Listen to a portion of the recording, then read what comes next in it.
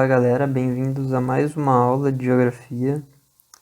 Dessa vez a gente vai estar falando sobre as revoluções industriais e formação de tecnopolos, voltando um pouquinho no tempo aí, né?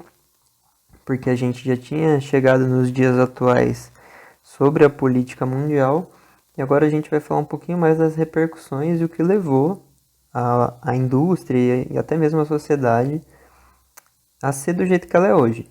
E as revoluções industriais é um marco muito importante na história e não pode deixar de ser discutido aqui com a gente.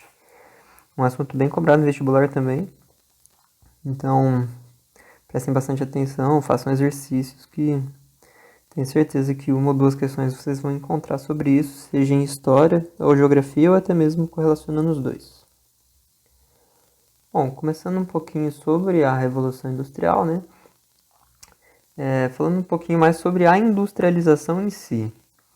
A industrialização, ela mudou a sociedade mundial, como eu estava falando, e as relações econômicas, comerciais e até mesmo geopolíticas entre os países, né?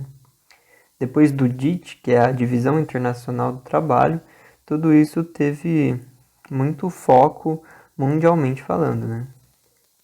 E alguns aspectos como o êxodo rural, ou seja, a migração das pessoas do campo para a cidade e, consequentemente, a urbanização, a mecanização do campo em si, também teve a tecnologia chegando ao campo, a jornada de trabalho substituindo o trabalho familiar, ou seja, agora tinham horários para sair, para entrar de serviço, principalmente nas indústrias. A burguesia e o proletariado que foram surgindo com o surgimento do capitalismo e também o proletariado, que são as massas de trabalhadores, né? Neocolonialismo, a degradação ambiental decorrente da exploração para fins de indústria, o sistema de produção, e enfim. Essas foram algumas transformações que se deram a partir da formação da sociedade urbano-industrial. Conforme as indústrias foram chegando na cidade, tiveram essas mudanças, dentre muitas outras, como, por exemplo, os pensamentos filosóficos como o socialismo de uma sociedade mais igualitária. E tudo isso começou na Inglaterra. A Inglaterra ela foi pioneira, né, nessa revolução industrial e tem alguns fatores que ajudaram a Inglaterra a ser a primeira, assim, a ter essa indústria sendo implantada na cidade, esse êxodo rural, que aconteceu mais ou menos ali no século XVIII, que é entre 1700 e 1800. E por que foi lá, né? Vamos falar sobre isso. Primeiro que teve o rompimento com a velha estrutura política que era absolutista. Na Europa, né, com a Revolução Gloriosa, que aconteceu em 1688, que vocês vão estudar mais a fundo a história, mas isso teve uma mudança, né, da política na Inglaterra, que passou a ser uma estrutura, ainda assim com o rei, mas com os poderes do monarca limitados pelo parlamento. Teve o surgimento do parlamento, né? E começou uma monarquia mais parlamentarista que começou a dar foco na burguesia. A burguesia começou a ser mais valorizada conforme o dinheiro foi chegando das grandes cidades. Outro fator também é o contingente grande de mão de obra, ou seja, muitos trabalhadores disponíveis para trabalhar, principalmente porque aconteceu o êxodo rural. Vocês lembram que eu disse agora há pouco que é a migração das pessoas do campo para as cidades para assim trabalharem, né? Bom, outro aspecto, né, desse pioneirismo inglês é a concentração de capitais na mão da burguesia, principalmente por causa do mercantilismo, né, devido à expansão marítimo-comercial e a criação também de algumas colônias, né? Os ingleses também tiveram grandes colônias aqui na América e em outros continentes, que isso trouxe uma concentração de capitais na mão da burguesia comercial. Isso foi muito importante para que o pioneirismo inglês se desse nesse fator industrial. E o fator mais importante que deu esse pioneirismo inglês na industrialização foi uma grande presença de jazidas de carvão mineral. E esse carvão mineral vai ser a principal fonte de energia para mover as máquinas da primeira revolução industrial, que é o próximo assunto que a gente vai estar tratando. E também grande presença de minério de ferro. O ferro também ele foi importante para construir máquinas, principalmente ali locomotivas a vapor, né? E o carvão mineral seria a fonte de energia para essas locomotivas, essa força de transporte muito grande. E, enfim, como eu já disse, o Império Colonial, né, que veio da expansão marítima comercial, que representou assim, um grande marco, né, no mercado consumidor mundial, para o mercado consumidor da colônia, né, para o Império que estava colonizando, e um fornecedor de matérias-primas também dessas colônias, lá para a Inglaterra, que fez ter grande disponibilidade de recursos para que essa industrialização acontecesse. Falando então da primeira Revolução Industrial, ela aconteceu na Inglaterra, né, mais ou menos ali no século XVIII, que teve a máquina a vapor e a sua aplicação principalmente na produção têxtil. A produção de tecidos mesmo, igual aquela imagem ali em cima mostra para vocês. E essa industrialização, né, provocou algumas mudanças bem significativas na economia e na sociedade. E por que não dizer também no espaço geográfico, né? As cidades tiveram que se adaptar muito a essas novas indústrias chegando, a esse contingente enorme de trabalhadores que precisavam de lugares para se estabelecer e para trabalhar. Então, as cidades passaram, né, a crescer num ritmo muito acelerado.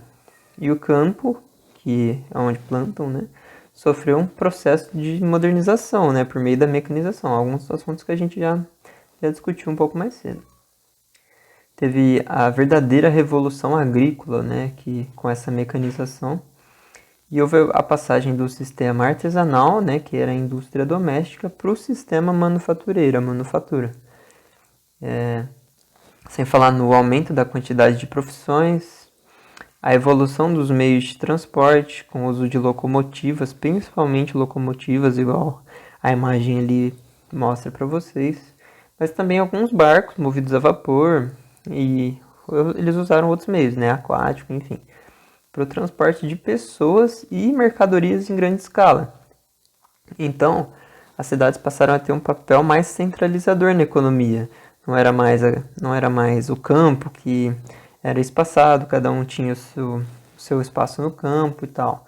Agora era um papel centralizador, muita gente centralizada no mesmo local, com uma ampliação do capital nas mãos da burguesia industrial. É interessante e importante a gente lembrar disso, porque a ampliação do capital nas mãos da burguesia industrial que vai dar as bases do sistema capitalista, né? Passando então para a segunda Revolução Industrial, essa também aconteceu na Inglaterra, só que também em alguns outros países, como Estados Unidos, Japão, Rússia, França, Holanda, alguns países ali, mas na Europa, né, e também nos Estados Unidos. Ela aconteceu a partir do século XIX, ou seja, 1800 a 1900, que era baseada no capitalismo industrial, né? Com o processo de industrialização, ele se espalhou assim para além da Inglaterra, né? Em direção a outros países, igual eu já comentei com vocês, e entraram para uma industrialização com um processo tecnológico. Então eles estavam usando algumas outras fontes de energia, como o petróleo e até mesmo a eletricidade, né? Como a atividade industrial estava necessitando de ser desenvolvida, porque cada vez mais estavam surgindo trabalhadores no mercado de trabalho que precisava sustentar esse sistema burguesia-proletariado. Os capitais financeiros, então, eles foram direcionados para a criação de novas tecnologias no setor produtivo, máquinas e equipamentos, para que dinamizasse e acelerasse a produção. porque quanto mais pessoas trabalhando, maior também seria o consumo, né? Então, quanto maior o consumo, maior o lucro da burguesia. Então, precisava de mais capital rodando, precisava de mais instalações. E foi aí que surgiu a segunda revolução industrial. A utilização do aço também foi muito explorada, não era mais a utilização do ferro em si, né? E agora sim a utilização do aço. A criação de motores, né? A explosão e o uso do petróleo foi responsável pelas linhas de produção de automóveis. E esse período também, né? Até o século XX foi conhecido como a era do petróleo, porque realmente utilizava muito petróleo porque tinha muito disponível. O avanço no meio de comunicação também aconteceu, como telégrafos, telefones, cinema, rádio e outras tecnologias com o advento da eletricidade foram surgindo, né? E na segunda Revolução Industrial se intensificou mais ainda o êxodo rural, né, que forneceu um contingente maior de trabalhadores para a indústria. Então, cada vez menos pessoas estavam no campo e mais pessoas estavam na cidade com necessidade de trabalhar. E nesse período, né, sobressaía os setores de grande porte, como siderúrgicas, metalúrgicas, petroquímicas, automobilísticas, transporte ferroviário e naval. Só que como que aconteceu tudo isso, né? De que forma essa produção foi sendo realizada nesses dois períodos, na primeira, só que mais na segunda também, com o desenvolvimento de algumas outras tecnologias. E aí que entra os modos quantitativos de produção, que são o Taylorismo e o Fordismo. Começando pelo Taylorismo, né? Ele foi criado nos Estados Unidos, mais ou menos no final do século XIX, por Frederick Winslow Taylor, daí que vem o nome Taylorismo, né? E o que ele propunha? Ele propunha definir princípios científicos para a administração das empresas. Então foi aí um primeiro pensador de como administrar essa produção para que seja mais fácil e mais lucrativo de se desenvolver. E qual era a meta do Taylor, né? Ele tinha como meta resolver os problemas que vinham, né, das relações entre os operários com os empreendedores. Só que qual que era esse problema? O operário não se sentia assim tão motivado para trabalhar, às vezes as cargas pesadas de trabalho braçal, sem grandes direitos dos trabalhadores. Mas para Taylor, o bom operário não discute as ordens. Ele não discute as instruções, ele faz o que é determinado e pronto. E por que isso, né? Qual que era o objetivo disso?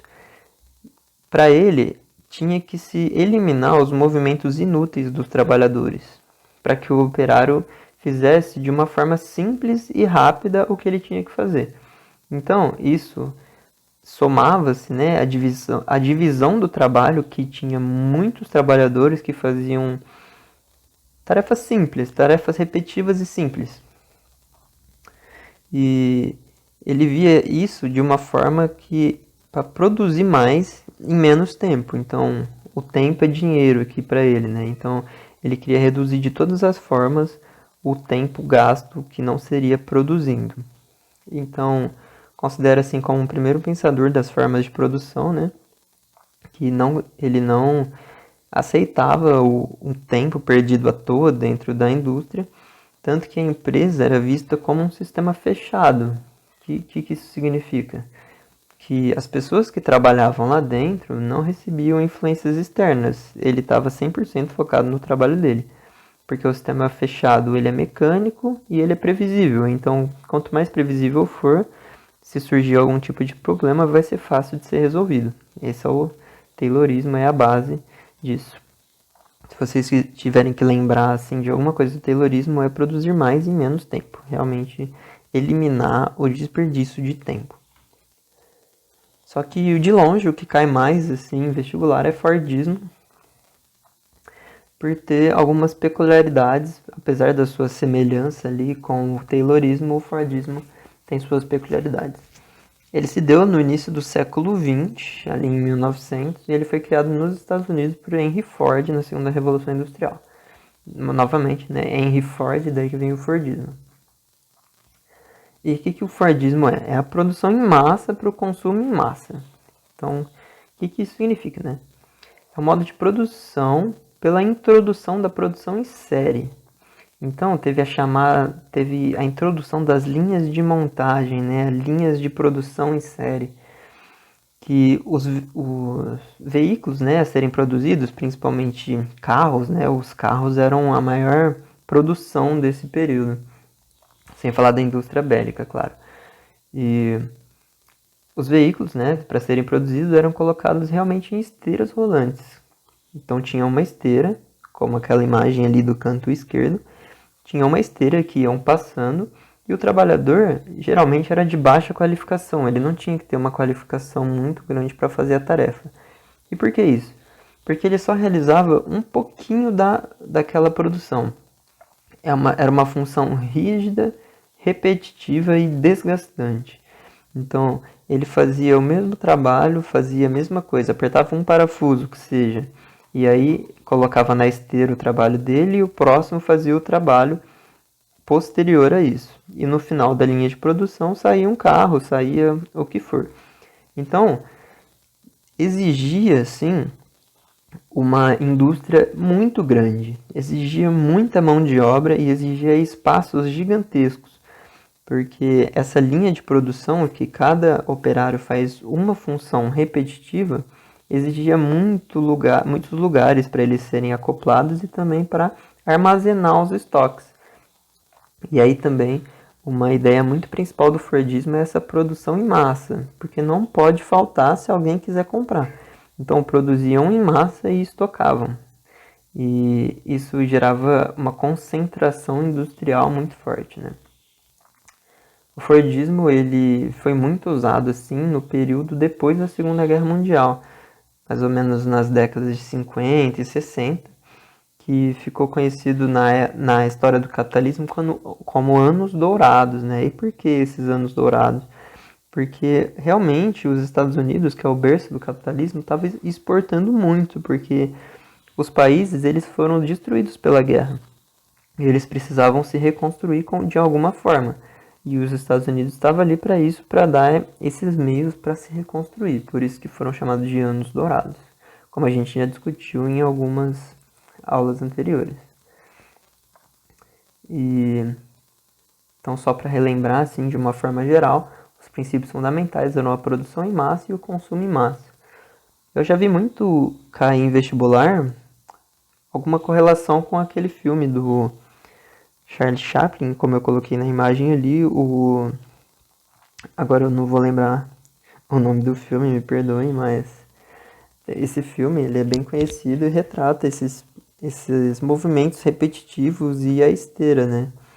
Como uma forma de representar como que era a indústria naquela época, é de uma forma satírica, de uma forma mais assim descontraída e engraçada, mas também serve de uma crítica a como era aquele meio de produção daquela época que não pensava assim na saúde do trabalhador, era só um trabalhador que tinha grandes cargas horárias muito fortes, de trabalhos braçais, repetitivos e desgastantes, e que acabava por ter operários que se aposentavam ou ficavam incapacitados de trabalhar muito cedo.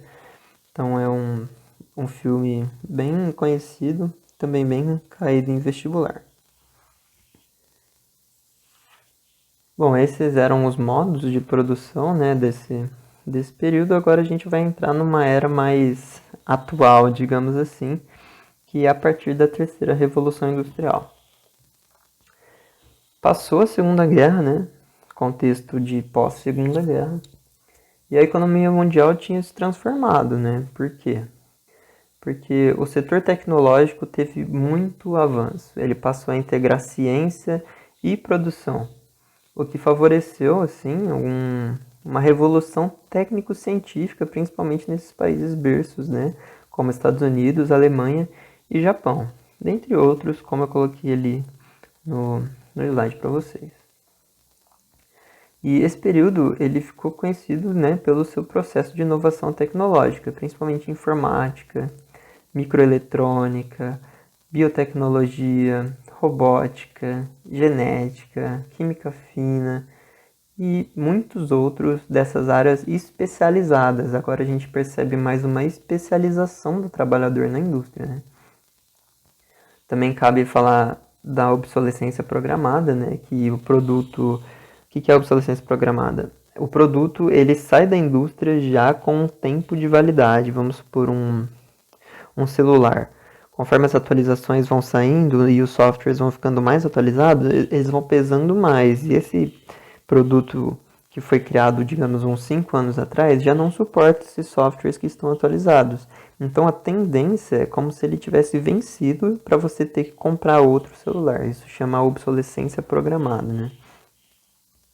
E abriu espaço para isso, né? Porque isso é uma consequência da inovação tecnológica e da capacidade de incentivar a compra, né? A aquisição de produtos por meio dessa cultura consumista mundial que a gente vive, né? Que também é fruto do capitalismo, sem dúvida. E o desenvolvimento tecnológico dos meios de transporte e de comunicação também propiciou que tivesse uma integração mundial maior, ou seja, um processo de globalização. A globalização foi muito intensa nesse período porque foram surgindo alguns mecanismos para isso, né? O que reduziu distâncias entre países e inclusive entre pessoas. A gente pode relacionar isso com o WhatsApp mesmo. O WhatsApp, ele é um aplicativo que nos permite falar com pessoas ao redor do mundo todo na palma da sua mão. Então, isso é um processo de globalização imenso que só foi possível graças à terceira revolução industrial. Então, falando um pouquinho da quarta revolução industrial, tem livros que nem retratam sobre isso, mas alguns vestibulares assim mais atuais tratam a indústria 4.0, né? A gente tem que tomar em conta essas questões. Essa revolução ela ocorreu mais no século XXI e tem repercussões, né, até os dias atuais, porque o século XXI é de 2000 para frente, estamos em 2020.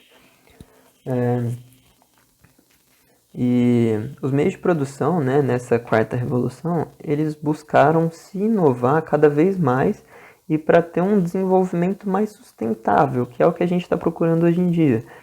Unir a produção, a necessidade mundial, né, de consumo, com o desenvolvimento sustentável, pensando em técnicas verdes, né, como a utilização da energia solar, fotovoltaica, a utilização de biocombustíveis, coisas que são necessárias, né, ultimamente, para que não haja mais danos e mais agressão ao meio ambiente, como teve na primeira e na segunda revolução industrial, com aquelas largas escalas de indústrias que jogavam o seu gás carbônico e enfim, os seus produtos, né, de produção para o ar atmosférico, que causou muitos danos ao planeta, como a gente bem sabe.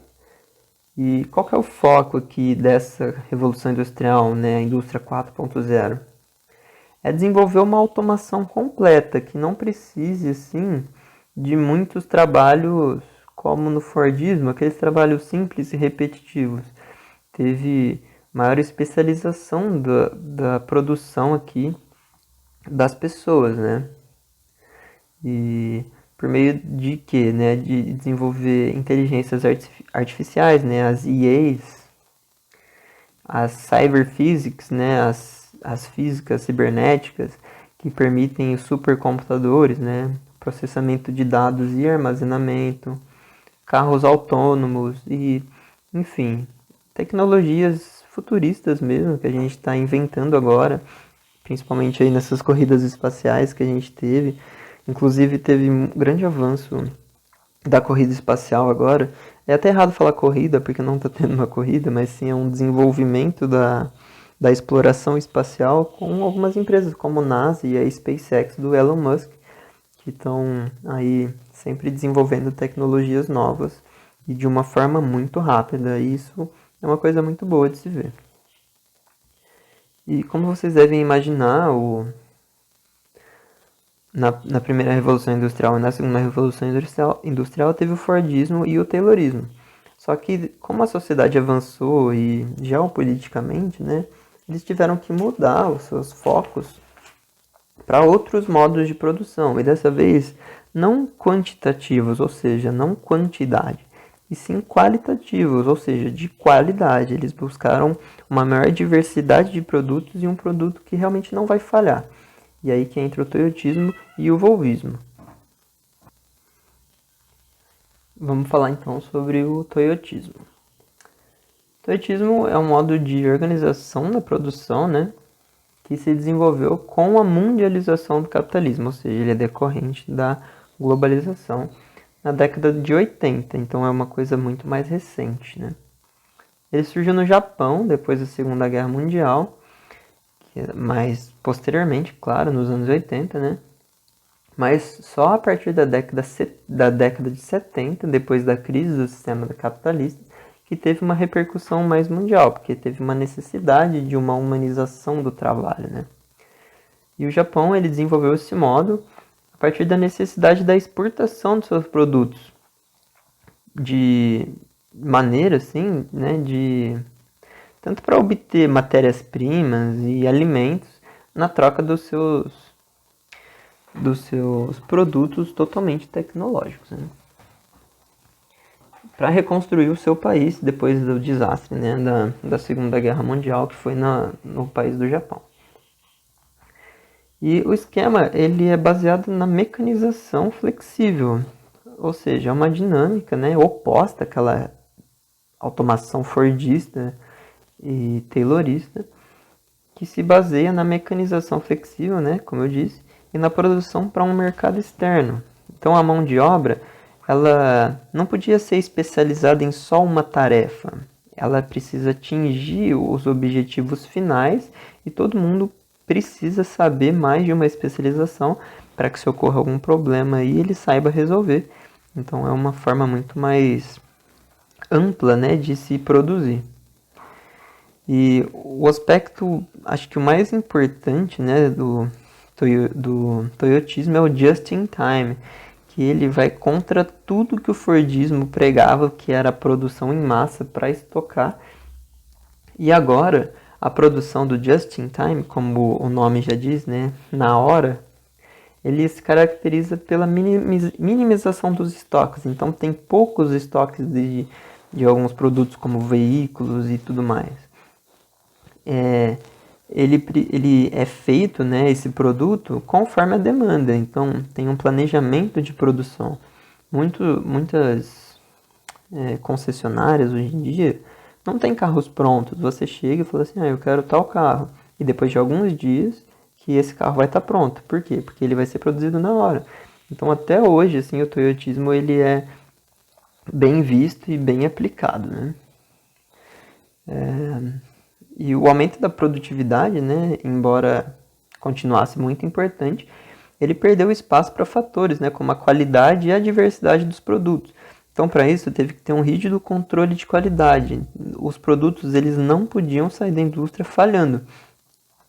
Eles têm um controle de qualidade muito acirrado, muito pesado, e isso se dá também pela robotização e automação das indústrias. Tem muitos robôs hoje capazes de perceber que um produto é falho e tirar ele da linha de produção antes mesmo que chegue ao final.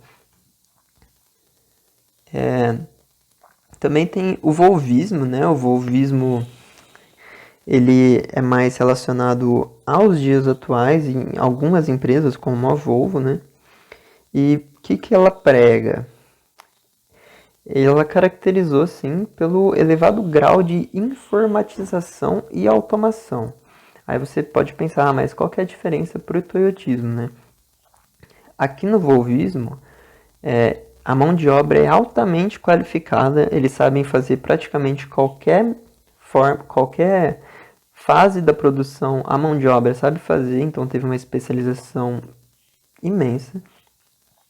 E também surgiu como uma particularidade, né, da participação constante dos trabalhadores por meio dos sindicatos nas decisões tomadas pela empresa. Então tem uma participação muito maior dos trabalhadores da empresa na própria empresa. Então tem equipes de trabalho com revezamento de funções, a qualificação da mão de obra também por causa dessa formação dos sindicatos veio muito grande. Então, é uma forma de produção que leva em conta também a saúde e o bem-estar do trabalhador. Quando eu falo bem-estar, não é só bem-estar físico e também bem-estar mental. É muito bom trabalhar num lugar que você se sente valorizado e que você não se sente tão pressionado. E é isso que as indústrias hoje em dia, como a Volvo, tem feito. Se preocupado com o bem-estar do trabalhador, porque se o trabalhador está bem, a produção, consequentemente, também vai estar bem. Então, se você pudesse diferenciar o volvismo do toyotismo, seria essa equipe de trabalho e mão de obra com múltiplas funções e também, claro que tem automatização e robotização, é impossível não ter indústrias hoje em dia, mas também a participação constante do trabalhador nesse processo. É muito importante. Mais característico aí da terceira revolução industrial, mas também na quarta, a quarta principalmente. Bom, falando um pouquinho sobre tecnopolos, é uma coisa que não costuma cair muito, mas é interessante de se saber. O que são os tecnopolos, né? De modo geral, eles são áreas de concentração de produção tecnológica. E eles tendem, assim, a se descentralizar das grandes cidades, como é o exemplo aí de Campinas, aqui em Campo Grande, perdão, aqui no Brasil, São José dos Campos e outros mais. Mas o primeiro tecnopolo se desenvolveu nos Estados Unidos, né, na área de computação e informática, que ficou conhecido como Vale do Silício. O Vale do Silício fica ali no estado da Califórnia, e ele é um vale, um lugar assim, onde empresas tecnológicas se juntam para produzir tecnologia. E nesse Vale do Silício tem a NASA, os laboratórios da Bell, Microsoft, Apple, Intel, Boeing e muitos outros. E o mundo viu esse tecnopolo, né, esse lugar especializado em produção tecnológica científica, e expandiu isso também e quis fazer igual, porque dá muito resultado. A Europa e o Japão, né, com o apoio do governo, criaram algumas áreas dessas, né, e com o planejamento do Estado deu muito certo. E incluiu também centros de pesquisa em desenvolvimento de tecnologia de ponta. Isso foi muito legal porque descentralizou das grandes cidades. Claro que também tem nas grandes cidades, né? A gente toma em comparação São Paulo aqui, mas também descentralizou e levou tecnologia para outras cidades ao redor, como Campinas e São José dos Campos. A universidade também, as universidades elas são principalmente um meio, né, de conectar esse mundo tecnológico e produção científica com o meio acadêmico e para a sociedade. Isso é muito importante. A universidade pública ela é o principal meio de produção cultural científica no país.